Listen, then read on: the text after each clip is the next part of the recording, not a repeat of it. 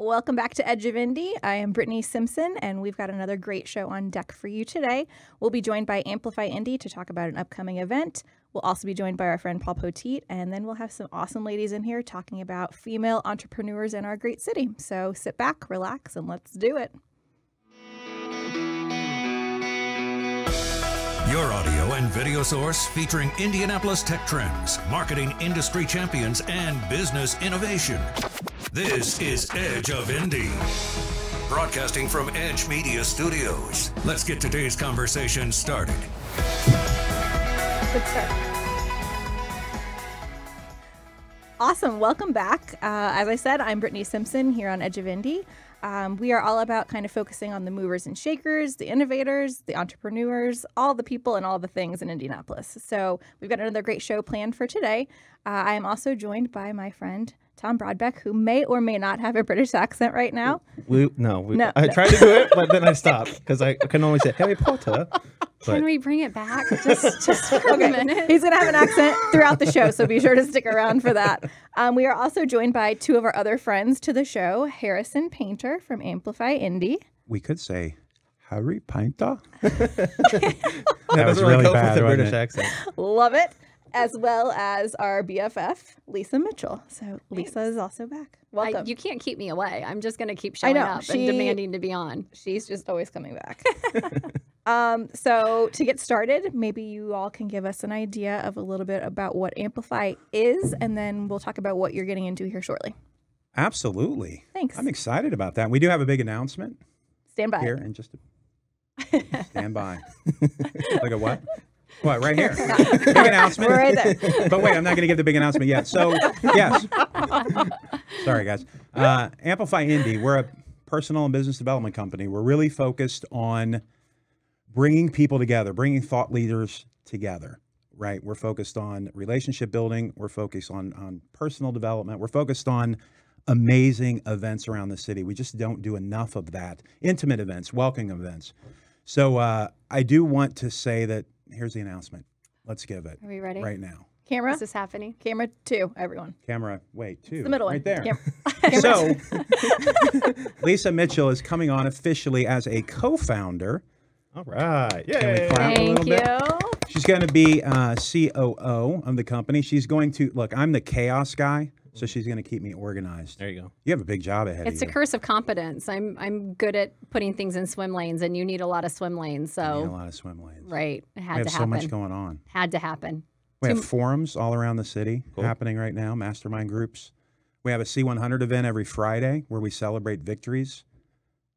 And we're just getting started. We're 3 months old as of Friday. Happy congrats. 3 months. 3 months. Thank you. I told you, your skin has So never that's a looked great better. present to come. I with. know, right? It's great. It's great. Yeah, it's super exciting to see where the community has already gone. And what's really cool is it's not just a group of business owners getting together and, you know, shuffling cards around and kind of doing what you would expect at some of the other events. And it really isn't even networking. It's community building. It's we get together in a room and we solve problems, like actual business problems that somebody's facing that's keeping them from really being their most efficient, profitable selves in their business. And so we get to bring the best minds in all different industries and bring a diverse kind of solution to those problems. And members are doing commerce together already. And we've had this amazing pool of people that are building things that are so eager to serve and to help and to mentor and connect.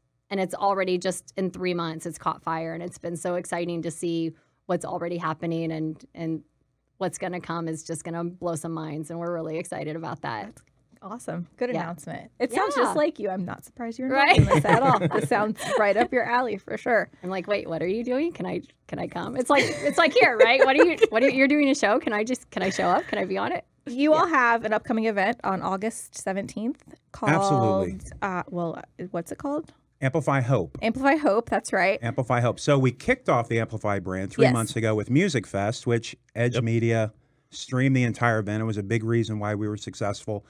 And now we have Amplify Hope. So we're giving back again. The Hope Center, this is going to be an evening of celebration at the Hope Center's opening. It's basically the largest facility that is bringing in rescued girls from the sex and human trafficking industry. This is huge. These girls, statistically have been raped 6,000 times by the time they're rescued. The average girl only lives 7 years within this system. It's heart-wrenching. So And right the here, average ages are between 11 and 13 when they're introduced into the sex trade. crazy, right? That just breaks your heart. And in Hamilton County, there were over 80. Well, that's the thing I was going to 80 say. rescues. I think there's this misconception when you see it on the news. You're like, that doesn't happen here. That happens out there, way over there, and it's happening here in Indiana. Absolutely is happening here, and it's happening to boys and girls from good families, and it's happening to people who are straight A students, and it's happening to people who already get counseling if they do have some sort of predisposition to addiction or something. It's happening to well-grounded, well-established, well-resourced people. To our neighbors. To our neighbors, the and it's people happening. And this is not anonymous people from, broken homes or homeless teens. In all cases, clearly there's a portion of the population that's vulnerable already, but this is people making a bad decision about having a location device on their cell phone and meeting somebody in a park, or taking a ride home with somebody, or going down the wrong aisle at Walmart or Target. This is happening, and it's something that thank God for places like the Hope Center and the resources that they're providing, because for the girls that do get caught up in this through whatever means, it's soul crushing, and it's identity stripping, and It kills their spirit. it kills their spirit. It takes away their humanity in some aspects, and to be able to let them know we love you, we see you, we care for you, we're going to provide for you. Like what an amazing thing to be part of. And everybody in this community, everybody watching right now can absolutely step up and be part of this, and let these girls, these women and girls know that we see you and we're here to help. Yeah, so you guys know it's a 12-month program. It's totally free for the girls. This is not funded by the state. It's not an insurance issue. It's none of that. This is funded by a coalition of churches, volunteers, and donors. It's incredible. And then after they go through the 12-month program, they go into a financial program called Coffee, which is the center, the community outreach for financial education. That's what very it is. good. Yeah, we got that right. Just amazing, right? So these girls this is life-changing. And that's why we're doing this event. So we're bringing out a speaker to kind of cover the darkness of everything, to kind of shed the light on this is happening right here in Indianapolis. It happens everywhere. We're bringing in somebody, the founder actually of the Hope Center, to share the light, to share the hope, to share everything that they're doing within this program. Then we're bringing in the speakers from Coffee to talk about that next step. And we're going to have a couple of special speakers as well. Right now, we're very close to having a survivor speak. This has been a huge challenge. It's not locked up officially yet, so I don't want to put that out there, but we're very, very close, and we hope that we get that. But as you can imagine, this isn't something you typically talk about. Sure. And I'm so passionate about it because, look, if you're a breast cancer survivor, that's something you can put the ribbon on. You can be very, very proud of that, right? And rightfully so. But if you or a family member was rescued from sex trafficking, the visuals, everything that goes with that, you're probably never going to talk about it. Right. So I feel At least Right. At least publicly. There's such a Right. heavy kind of veil of shame around Sure. being even as a victim who had, free will in the process, just being subjected to it and having your worth diminished so incredibly. It's just not something that they may seek support for, or even know that there's a community of people to care about them and lift them up. But you think about how many lives they could change talking to people who have also been through that, Right. and giving that a voice and giving that a platform. Gosh, that could be really powerful. I can see how it would be difficult to they're get 11 yourself to do. 12 when they get taken, right? So you have to realize that that's where their education stopped. Right. And then the people that take them typically pump them full of drugs, heroin. Gosh, that kills keep my them heart. So they're in a Complacent, coma yeah. basically for all these years. I mean, it's just, so I felt, look, I basically put Amplify on hold because I felt compelled that these girls don't have a voice. I think I'm fairly talented at this marketing thing. So I can push out, I can become their voice. We can fill this room. We can get sponsors. We can do everything we need to do to really make a difference, because Indiana, man, the largest one in the country is right here in our own backyard. It's incredible. Yeah. And you said the Hope Center is just opening just now, or is it? It's in process. So well-established we're helping organization? raise the final money to get the place Okay. open and operational. Once that happens, they're going to be able to put girls in there and start changing everything. So there's the incentive to participate in this. This is the time to Absolutely. take action. This is the difference between doors open and doors not being open. And I would hate to think that there are people being turned away if something like a simple $20 ticket purchase or a donation or a sponsorship could get those doors open and get these women in here and start supporting them and loving on them and really changing their lives in the most incredible ways. Like if everyone watching right now would buy a $20 ticket, we would be able to open the doors to this And place. the thing is, if you can't attend on August 17th through the Eventbrite page, there's still an opportunity for you to donate that $20. If you can't be there, then give that money so that seat is taken. Like, make sure that you're funding this as best as you can. I cannot reiterate that enough. Like, we have to get this done for our community. We have to. Yeah. And you're looking for sponsors too, correct? We're looking for sponsors. So our mission is to raise $20,000. So we're looking for 20 companies, $1,000 sponsorships. That's it. We think we can make a huge difference. This helps get the doors open. We've already got, and I do need to give a quick shout out here, a couple of sponsors. We're that all we about just shout outs here. Locked in today. So Product 316 Development has donated $1,000 as a sponsor. All Pro Property Services has come on as a sponsor. Collaborate 317 is helping us host this and put it together. So you people know out there, Collaborate 317 is a co-working space on the east side, and everything above their operating costs, they donate.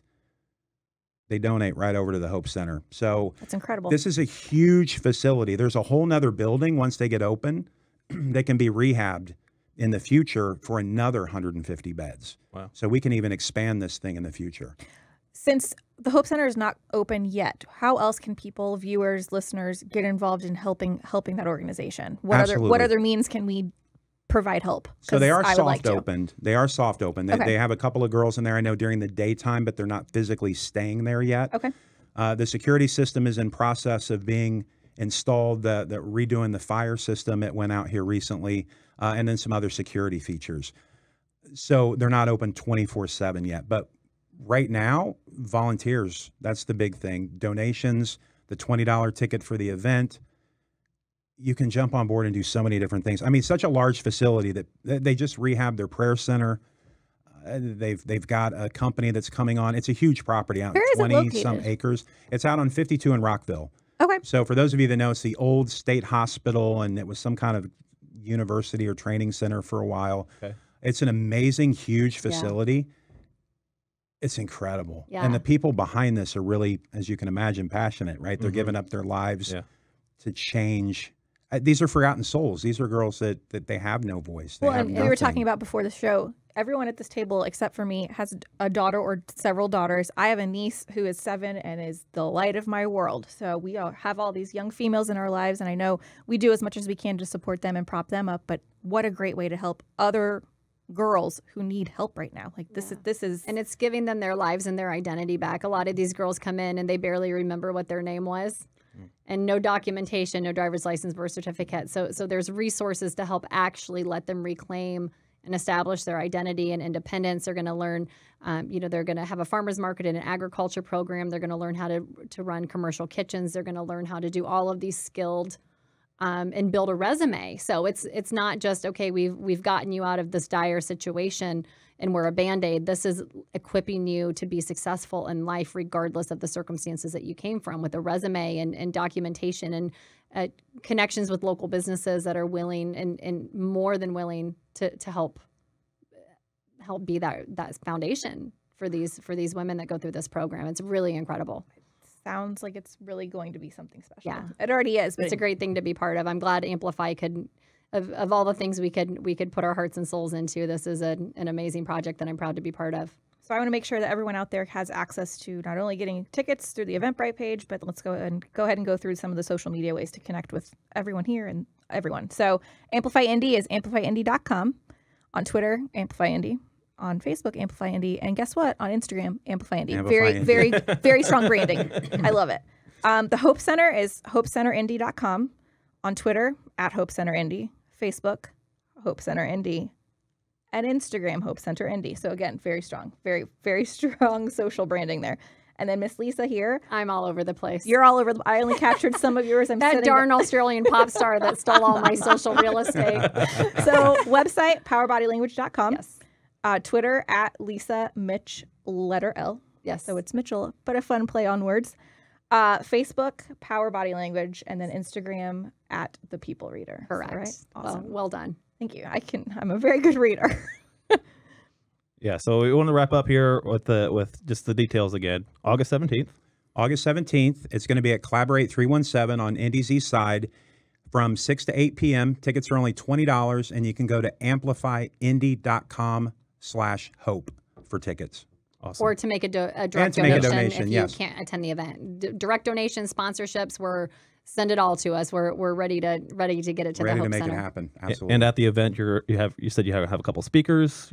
Yeah, we have speakers coming in. So we've got Bruce Ford, we've got Pastor Nolan, we've got a couple of people that I can't say. It's security reasons. Yep. With that, the people that work there. It's just going to be a great event. We're going to have an open cash bar. So for some of you, maybe that's an attraction. That's a pull. That could be an incentive. We're probably going to have a little food and a little fun as well. So this is going to be, it's a celebration. So don't think this is a dark, horrible event. We're going to have a good time. We're going to celebrate the fact this center is opening and we're changing lives. And we're going to raise money for them. We're going to raise money. We're going to amplify hope. That's what it's all about. That's what we do. And if potential sponsors are out there, how do they get a hold of you? Yeah, call me, 317-871-1000. Leave on the contact form on amplifyindy.com. 20 companies. We've got 3 right now, so we've got 17 to go. That's right. Look at that. I did that math in Quick my head. math.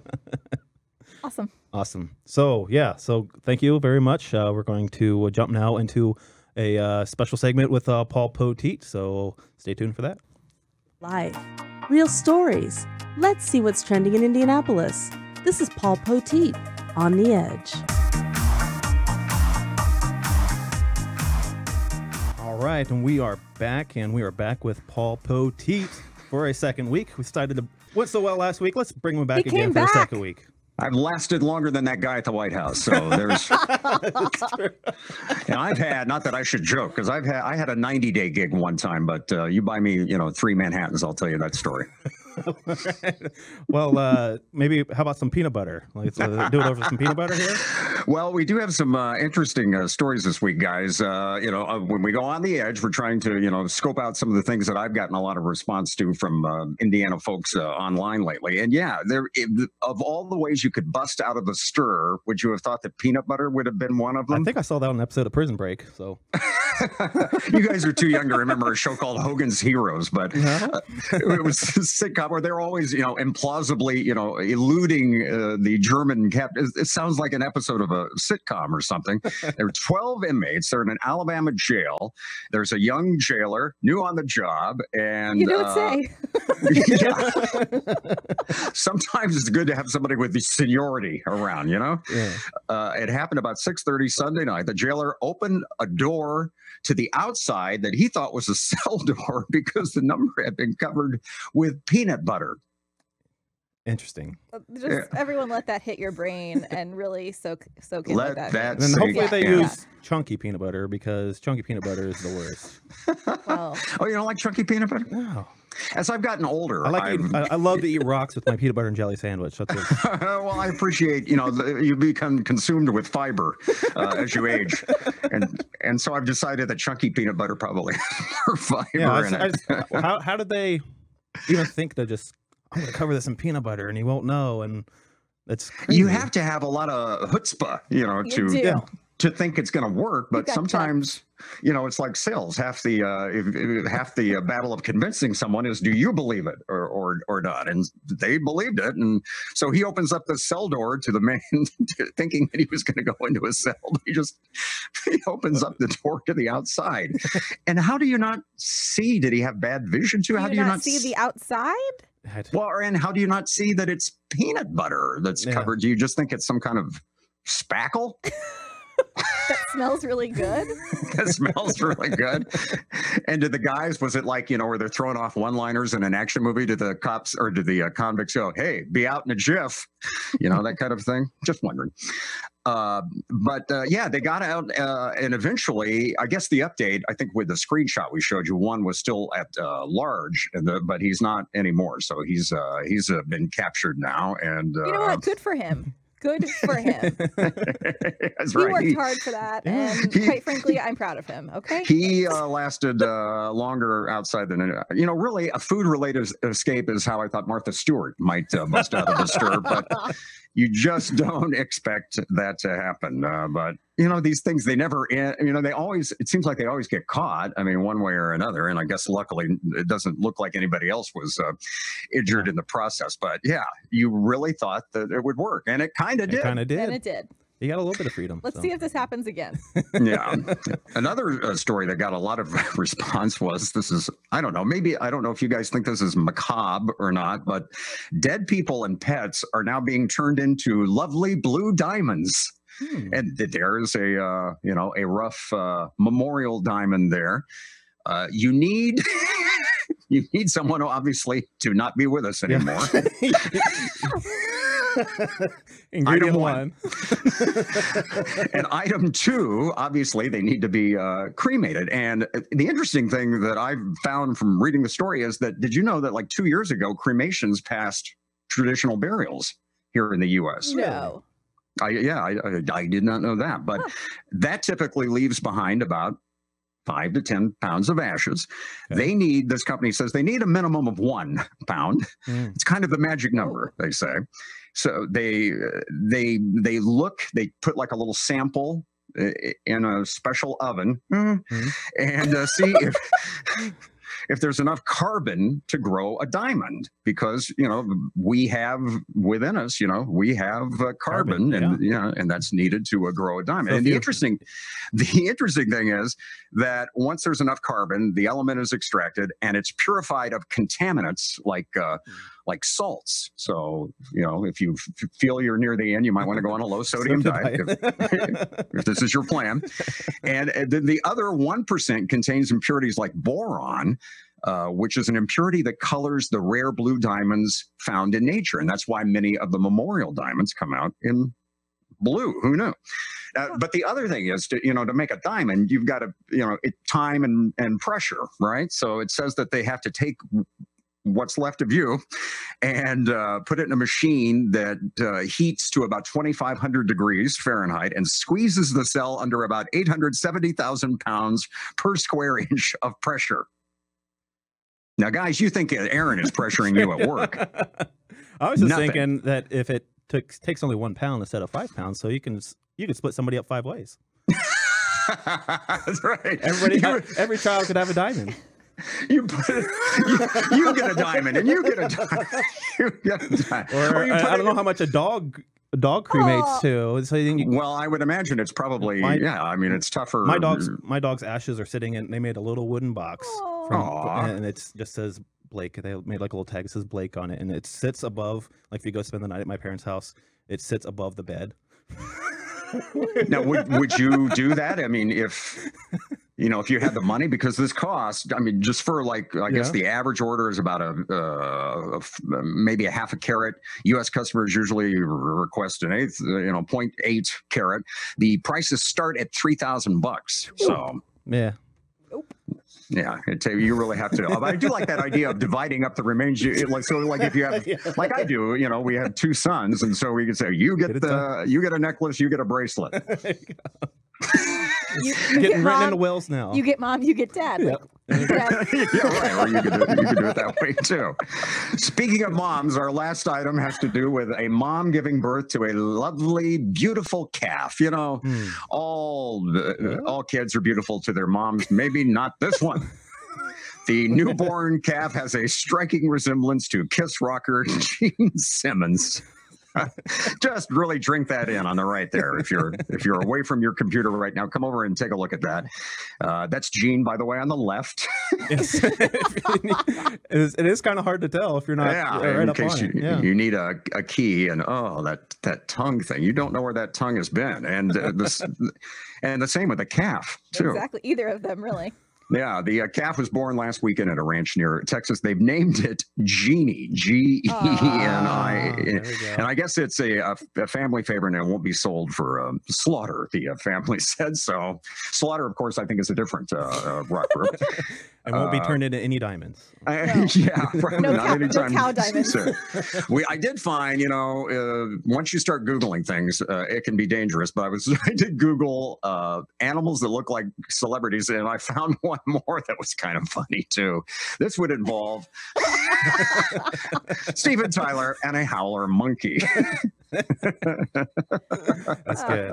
Yes, we Googled some other ones, and there's some great ones out there. Everyone stop what you're doing and just go Google it and spend the rest of the day looking at Bad day for productivity once you start doing that.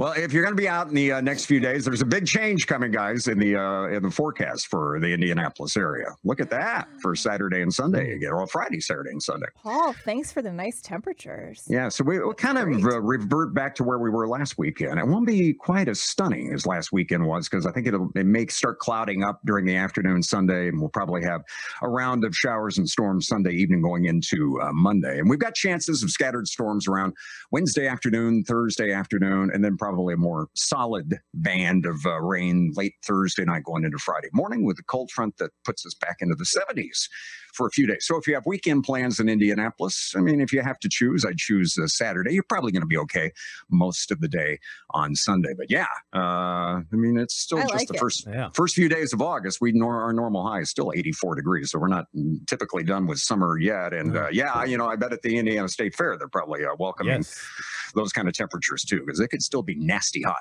this time of year. Awesome. Well, not hot enough to make a diamond. Not that hot. Hot. Well, thanks, Paul. Thanks for bringing us those wacky stories. And like we said in the beginning, he'll be back every week, bring us the latest and greatest trends in Indianapolis, and as well some weather. So, and feel free to respond to us if you see something that I haven't seen that you think would be fun too. Here on the Edge, we'll see you there online. Awesome. Thank you, Paul. Thanks, Paul. We'll see you next week, and we're going to jump into our conversation with Kara Kavinsky and Lisa Mitchell about women entrepreneurship. Sounds good. Let's do it. This is Edge of Indy, showcasing Indianapolis tech trends, marketing industry champions, and business innovation. Broadcasting from Edge Media Studios. Now, let's get back to today's topic. Welcome back to Edge of Indy. We are here to talk about, during this segment, one of my favorite things. So it goes like my family and cookies and women entrepreneurs. So we're going to talk women entrepreneurs with two of my favorite ones. Lisa Mitchell is still at the table with me. Also joined by Kara Kavinsky and my BFF here at work, Tyler Sparkman. So Hi. Welcome, everyone. Thank you for coming to this glorious table. What a power table it is. Thanks for letting me hang around for another segment. Of course, you're never leaving. Banished me to the green room or anything. That's awesome. You are never leaving. So I think what we really wanted to do was highlight in this segment some of our favorite female entrepreneurs here in Indianapolis, kind of talk about what they've been up to, why we're so encouraging of them, and why they're so special to us. So who wants to start?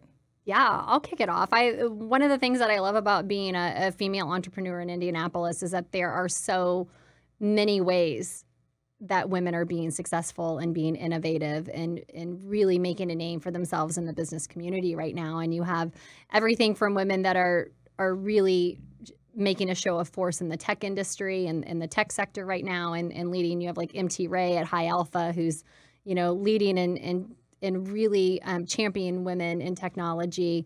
And then you have like Martha Hoover, who is the powerhouse behind Pot of Shoe and Public Greens and her foundation. And you have brick and mortar, you have technology, you have Amber Crockett with Amber Blends. So you have consumer goods. It's just the whole spectrum of where women are really taking ownership and providing leadership is a fantastic and exciting thing to be part of as a woman in the ecosystem here in Indianapolis. And I know, Kara, you're in the trenches and in the towers, and you're a really powerhouse in your own right. Your pulse on everything happening entrepreneurship here in the city. I'd love to hear your thoughts. Well, there's a lot of opportunity to help cultivate ideas, ideate. It starts with ideation, and then there are so many different groups that we can get engaged with around the city, around the state, and even in the Midwest, throughout the Midwest, to help find support for your business, your idea, connect with really powerful individuals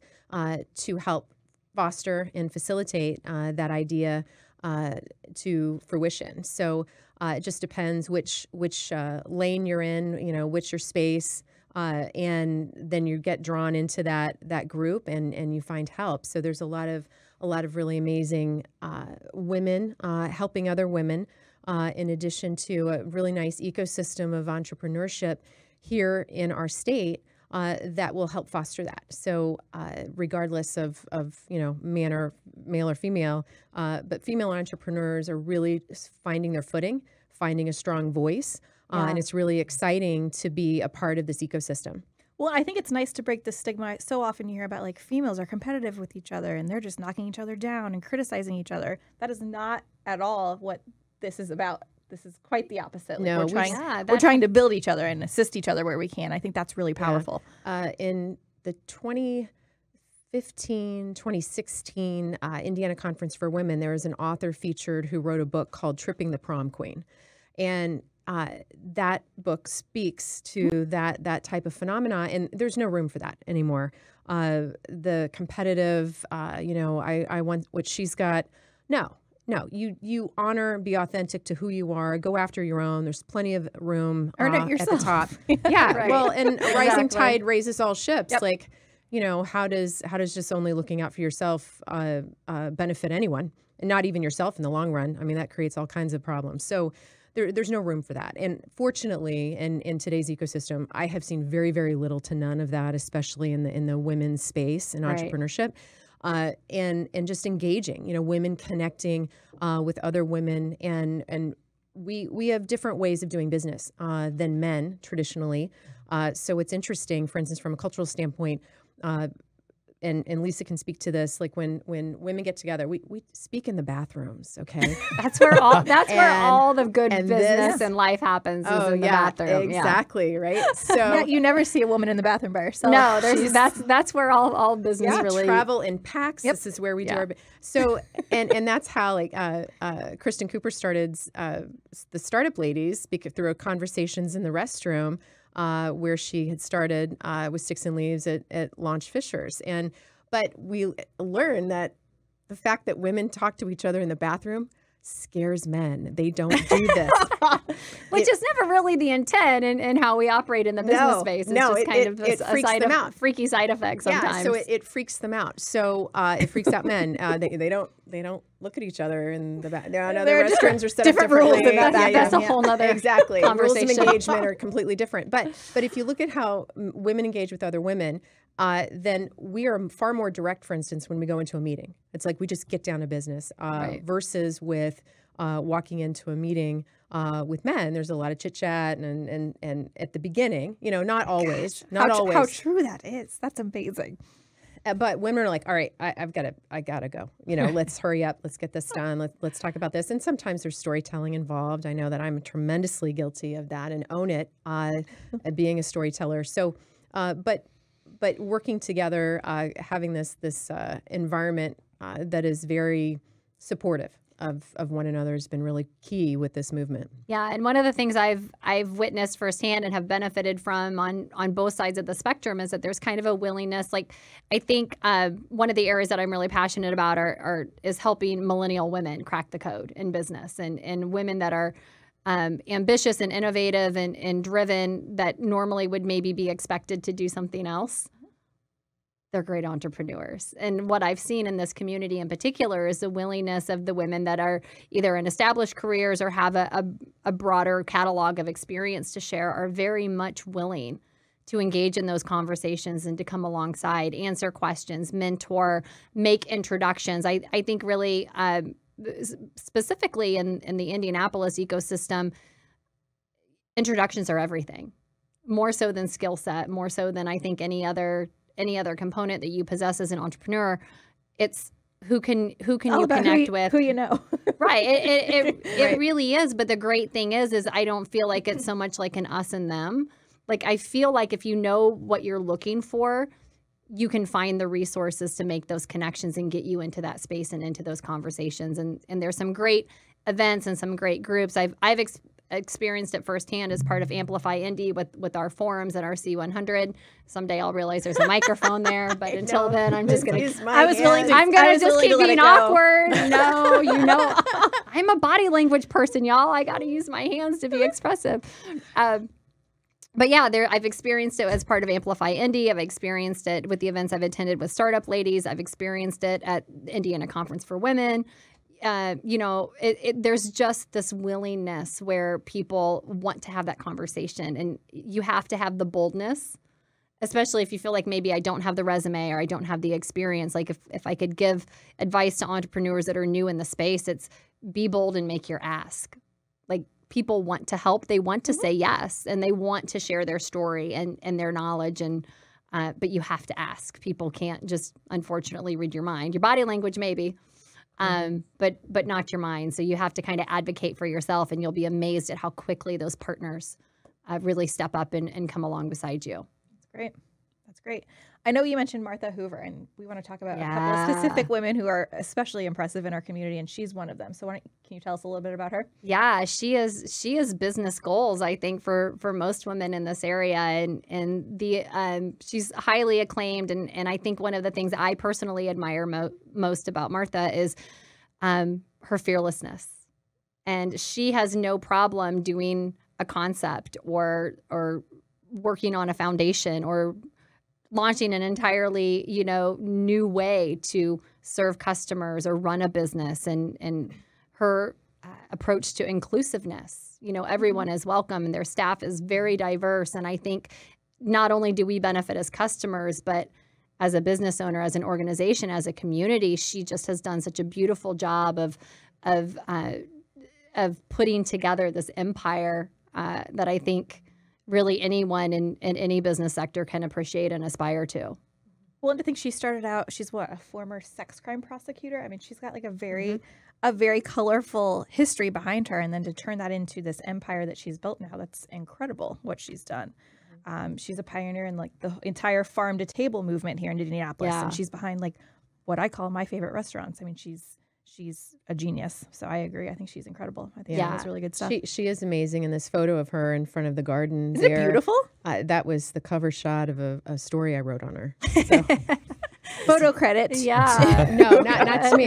She has a most phenomenal professional photographer on staff. I mean, no one takes photos of and posts pictures of food like they do and make it look appealing. I've never enjoyed photos of food personally until they started posting them. I'm like, this is stunning. Well, and I think part of amazing. What they do well that all entrepreneurs, female or otherwise, can really, really learn and model from is the engagement.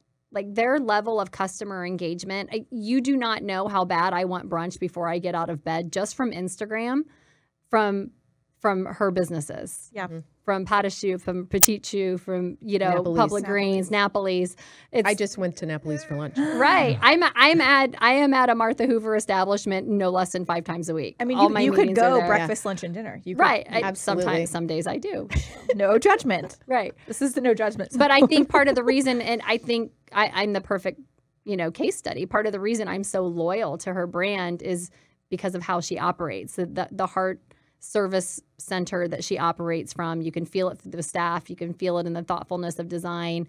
You can feel it in the level of direct engagement on social media. I think for any entrepreneur that really is wanting to be successful and grow their business, that is an amazing model to follow. And you can feel good about what you're putting in your body. Right. She doesn't feed you junk. No, it's very high quality food. She was driving to the airport on her own to pick up field greens before producers and suppliers knew what that was here. So, she's amazing. And another female entrepreneur that started really organically was Amber Crockett.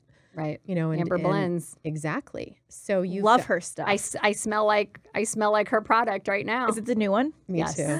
That's my new favorite one too. Yeah, well, you're surrounded because right. I thought that was me, but it's you. Right.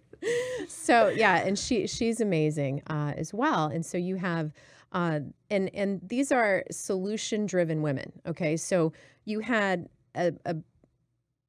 Martha wanted to start a place to eat at where she could be home with her kids. Okay, first of all, and she wanted really good quality food. So she started in the morning. She was going to be closed by 3. That type of business model did not seem sustainable at the time. When it was lunch, dinner, you bled into, late nights, and it can get out of hand. But she had it quantified. She was very specific. She was very targeted in her in her mission. Amber created a product out of demand, out of need for her massage clients, creating all natural products. And she had a great background and perfect way to create this. And then it's just exploded. Yeah, and I think in a great way. Both of what those organizations do really well that other, female entrepreneurs would want to emulate or strive for is to build in the give back, right? Build in that community focus, a service focus, the amazing work that the Poteet Foundation does, feeding children that are in food insecure locations. I think they serve over 1,000 meals a week now, and their executive director, Matthew Feltrop, does an amazing job, advocating for that and building awareness around it. And I think that's, all the proceeds from Public Greens go to the foundation and to provide these amazing services. And I think now more than ever, if you're looking to be a woman in any entrepreneurial space, you've got to think about who else can I help or who else benefits from my success. Mm-hmm. And that service, that social piece of it has to be authentic. It has to be a cause you really are passionate about.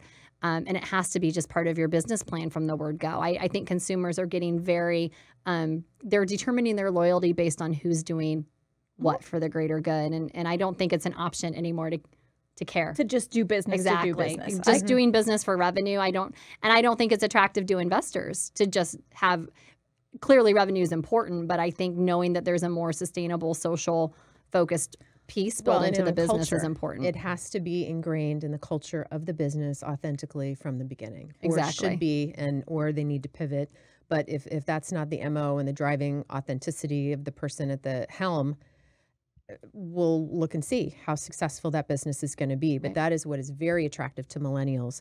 I was just going to say that more and more millennials are only focused on supporting companies that have that greater mission. It's not just about I want to go buy shoes. It's I want to go buy shoes from Tom's because they do the give back, because they are supporting other other it's all about initiatives. giving back. Like my generation, you mentioned the Your millennials, people. my people. Yeah, we're big about going after companies that I want to work for a company too that gives back. Are they not only giving back to me with the work from home day, like we've talked about on Afterburn and stuff like that? It's going after these companies that really want to give back, because we need that in this country, in the world now more than ever, is giving back to the community, giving to people who may not be able to do something for themselves or may not have the resources to get something. We really want to support those kind of companies. I do personally, though. Right. And I think anybody building a business has to be a given in their culture, and it just has to be part of the business plan. And if something gets cut, it can't be that, because you can't add it in later and then claim complete loyalty to the cause. Take it back. Right. Or cut it after you've instituted it, like that doesn't play well. That doesn't play well in public either. But I think it's just one of the key things to be aware of is how can I build my business in a way that actually is serving the purpose-driven consumers that I want loyalty from. Yeah. Well, you guys mentioned, so you mentioned Martha Hoover as one of your guys' kind of icons here in ND. You both being strong females, entrepreneurs here in Indianapolis, what kind of advice would you give to other females who are maybe looking to step up and maybe start their own business or their own company here in Indianapolis? Start networking. Yeah. If you haven't, go to your warm markets, look online, look on Facebook. Look up Lisa and I, on LinkedIn. Contact them directly. Yeah, seriously. Lisa, we'll talk to you. I will. I love it. Yeah. And we'll connect you. So, and it depends which space. So with the recent event that I'm a co-founder of with NX3 last month, in June, we had, last year we had a female who won the pitch competition, female named Kristen Nunnery with my COI, my certificate of insurance. She now has over 20 to 30 employees. They're growing. They'll be doubling in size soon with plans, and is really, she's killing it. She's doing super well. This year, Maggie Galloway, CEO of InScope Medical in the life science space. We had a lot of life science companies, but here we've had 2 female entrepreneurs win our competition 2 consecutive years in a row. It's based on a rubric. It's not because of their body parts. They won it legitimately, And it's fantastic, and it speaks well to our ecosystem that we have created an environment where that is possible. So there should be no discouragement whatsoever. It's just a question of getting connected, attending the right meetups, attending the right events. We've got this wonderful golf outing coming up with women in high tech or women in tech. Oh, girl, it's Indianapolis Women in Technology. The LPGA tour is coming, and they've built an entire week of women in technology focused and empowering program around it. It's a perfect fit. It's going to be an amazing event. So that's one group. Women in High Tech is another group. There's a SaaS event coming up in end of next week, I believe. And there's in 2 weeks, there's a lot of opportunity in the tech space and also between the coding schools with 1150 Academy. If someone's interested or has an inclination towards coding, there's opportunity in that space through the universities and someone wanting to pivot. I interviewed 2 empty nester moms who went back to school to learn to code because that's incredible. That's yeah, so cool. yeah. Well, one of them has very strong intentions. She's a nurse and wants to create a very different, very helpful, solution focused SaaS platform for nurses and hospitals to assist with note taking. And she knows exactly what she wants to do, and she's going to code it herself. So she's on it. And wow. Yeah, and so there are these women with very specific intentions and goals. And what if you just want to do something and not sure with whom, and then just start networking, start figuring it out.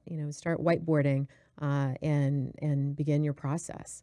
Read what's going on in our community. There's a lot of different publications that we can get dialed into. Jared Council is one of the writers with the IBJ, focuses in on tech. He's got a great newsletter on Fridays, and sign up for that.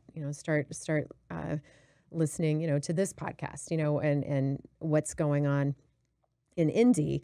Amplify Indy does such a great job with events and things that are coming up in the city, and those events, attract in people that are interested in helping the community and make it a better place. So it's not just about female entrepreneurship. Across the board, we've got a lot of women to look up and admire, but we also have the ability, who are accessible, by the way, right, for conversations, but look at, how you can get engaged, how you can create your own solution, to a problem, or get engaged with one that's already going on right now, and look at ways to enhance that team.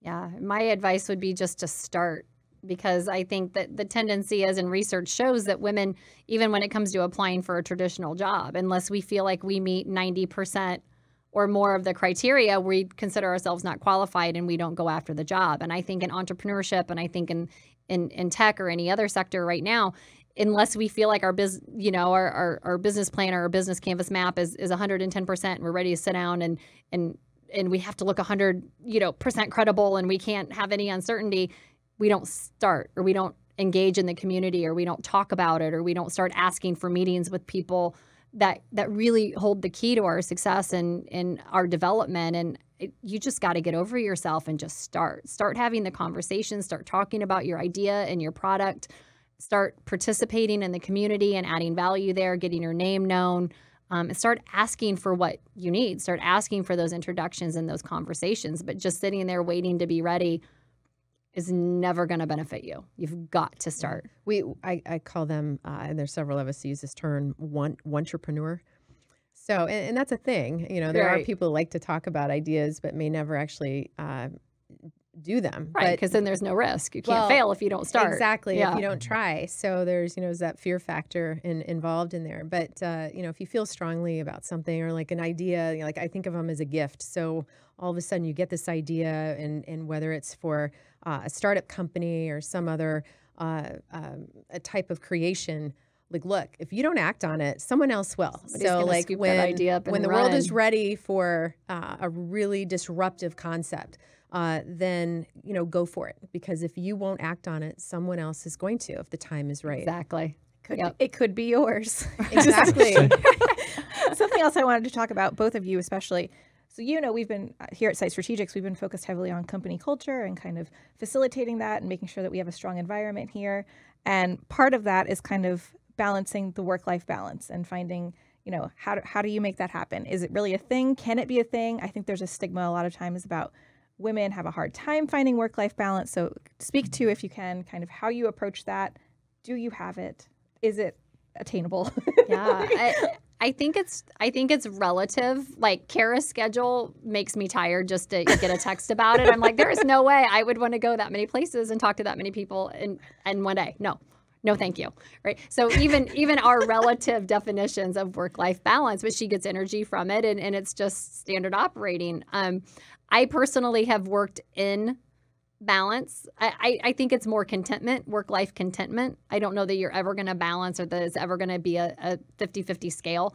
I think it's where am I fulfilled in both areas simultaneously. Mm-hmm. And so that's what I strive for, is fulfillment and contentment and joy in both areas simultaneously, more so than amount of time invested or whatever. But I've also worked very much out of balance when I did not have boundaries, and I did not, my day ran me. I did not run my day. I said yes to way too many things. And so getting really strict on boundaries, defining what my highest point of impact was, and saying no nicely, but saying no to anything that didn't really serve or protect that structure. That's the only way I got control back, was learning to say no, getting very clear, first of all, on what I wanted to do and where I should be spending time, like here at Edge Media Studios, all the because you time with cannot us. get rid of me. This will always be yes. Sorry. Always be yes. But it's really prioritizing it and being okay saying no, and because it's somebody else's expectation of you, you're not obligated to show up. What about you? Work-life balance.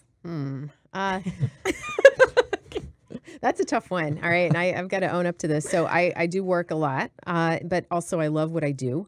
So when I take time and unplug, I take time and unplug. So, I do try to take that time and have that buffer where I'm just not looking at email, not looking at my phone, unless I, need to, something with the kids or something. But I think that I personally believe, like, when you really love something that you do and are really driven, that you have to step away from it, from time to time. But, I do drown myself a little bit in certain projects. I'm not going to lie. So I'm sure that there can be an argument made that I need to do a better job with that. Well, and sometimes it's seasonal or cyclical or event driven, when you're putting NX3 together like that. I know we kind of dropped off the radar because you're super busy, and that was focused, and it was a sprint, but there was a deadline, and then you can build in recovery and rest and kind of rehab yourself from that pace a little bit, right, until the next event comes. Yeah, and then there's another event. Right. There's another event. So there's the amp back up. The Yeah. amp. Right. And fortunately for 2018, we've got a longer runway. So when we put together the 2017, this year we had a short runway. We had amazing support, amazing sponsors, including Site Strategics here. Edge Media was fantastic as a partner with us. And but leading into next year, we're looking at some dates in September, technically, right around like the 17th to the 21st of September next year, a much longer technical. runway. Yeah, it's sort of Mark the your first calendars time. now. Yeah, Put a save hold on the that time. date right now. NX3. Yeah. So, and we're still tossing that around and finding our home for that for next year, and using where our facility we had this year, Union 525, was more of a one-hit wonder location just because of various stages of construction in the building. It was great, but we need a larger facility. We had so much demand, and it's just going to grow this event. So we need a longer runway to prep for that. So I'm not quite in that zone yet. We're not going to make you answer all the questions right now. No, not at all. Not at all. Not prepared to be public with them. And I should have probably asked for permission before I disclosed the dates for next year too. So, but we're making it easier to get engaged actually with it, and that was a huge time commitment, and we'll see what it looks like next year. I can't wait to do it again. One thing I want to touch on before we're done today is we all, you both touched on failure And obviously, unfortunately, sometimes. Or fortunately. Unfortunately. No, fortunately too. Fortunately too. We all have to, we all fail in life. But we can also learn from those failures. So I'm curious to know, what is your guys' best fail? And what did you get out of learning from that failure? You go first, Lisa. I got to think about this. Oh, I have several. It's hard to just pick one. I've fallen flat many times. The biggest failure that I've had professionally was when I had brick and mortar business locations. I had at one time 4 coffee shops, like coffee houses between Fishers and downtown Indianapolis. And my biggest failure, ironically enough, with those was not carefully enough vetting the yeses that I got. I didn't really have anybody that challenged me or posed the question, if you get all the yeses you want, do you like what your day looks like when you wake up in the morning? Are you excited to walk into that day? Maybe for one day. When you get everything that you want. Right. It was me just taking whatever opportunity came to me, whatever yeses that I got, and assuming because they said yes, it was right. And not kind of gut checking that in reality, checking that in long-term planning against that, the implication of that yes. So not every yes is the best yes. And not every time someone says you're amazing, is that a foolproof insurance policy that your idea is going to work? I learned that. So I just carefully vet your yeses. And if something's not working for you, stop it immediately. Like, get out as quickly as you can. Don't ride down with the ship. I love that. That's good. All right, that's hard to follow. Okay. But I'll try.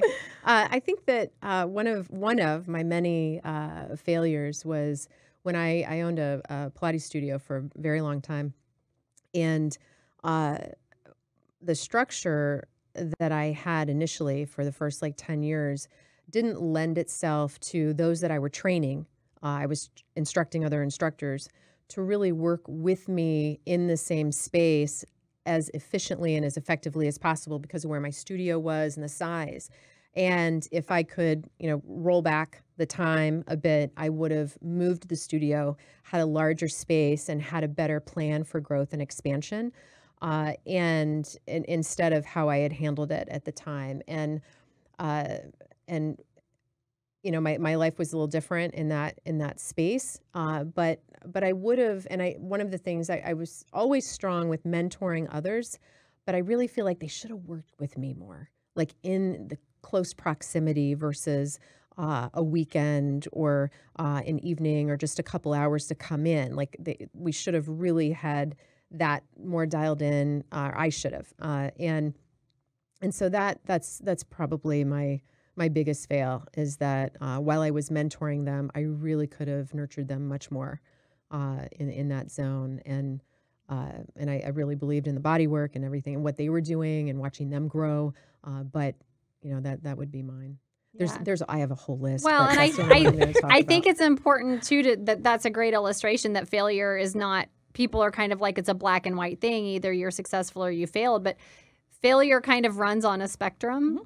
And sometimes it's a process breakdown, or sometimes it's a cultural mismatch, or sometimes it's a bad hire, or sometimes it's a product that's not a good fit. Like, there's lots of kind of little failures if you look at it that way, but each one of those learnings then propel you to come back at something differently and adjust and pivot. So I think it's more mind frame. Not every failure is a crash and burn disaster. It's only a failure if it kills your dream. So long as you still have that, you can build off of it. And I think failure is such a big, scary word, and it's got such a negative connotation, but it's like, actually can be a great tool. Right. It can be an amazing tool. Yeah. Right. And I think that the best way to judge an idea is, would you do this even if you failed? Or do you feel that passionate about it and want to pursue it so badly that you're risking failure? And they're all learning experiences. It's like just a bump along. Like if you put down the bumpers when you're bowling, which I always thought it was convenient to have a small child. I have to say, I still do that. Are we not supposed to? We are big advocates for the bumpers here at Edge of Indy. She's too old. She's too old for that. I know this. But that it just guides you along where you're supposed to be targeting, and a fail with a business, with an idea, with a concept, with an element, or even like an entrepreneurial element of your business model as a whole.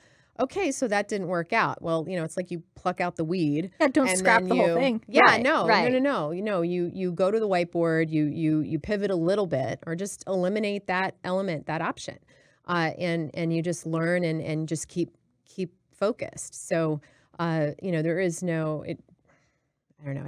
I touch on that spectrum quite a bit, but I consider it a learning opportunity. There's no such thing as failing after all. There you go. Well, yeah. You heard it here first. Well, before we go, I want to make sure, first I want to thank you all. This has been amazing, and I could literally talk about this with you all night long. Thanks for having us. We are not allowed to do that. I want to make sure they can connect with you. So website, inx3.org. They can go there for updates. And for the official dates, for the official dates, when it's she's allowed to say that. We've got to do some updating. But keep an eye on it. Keep an eye on it. Yes, and especially on the app. That would be a great place. Follow it, and on Twitter, social media, at INX3 Indy.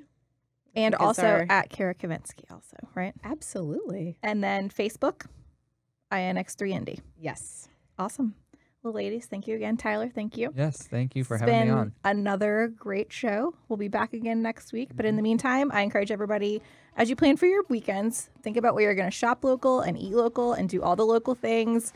Go out and support a female and just have a great time. And we'll be back next week. Thank you all.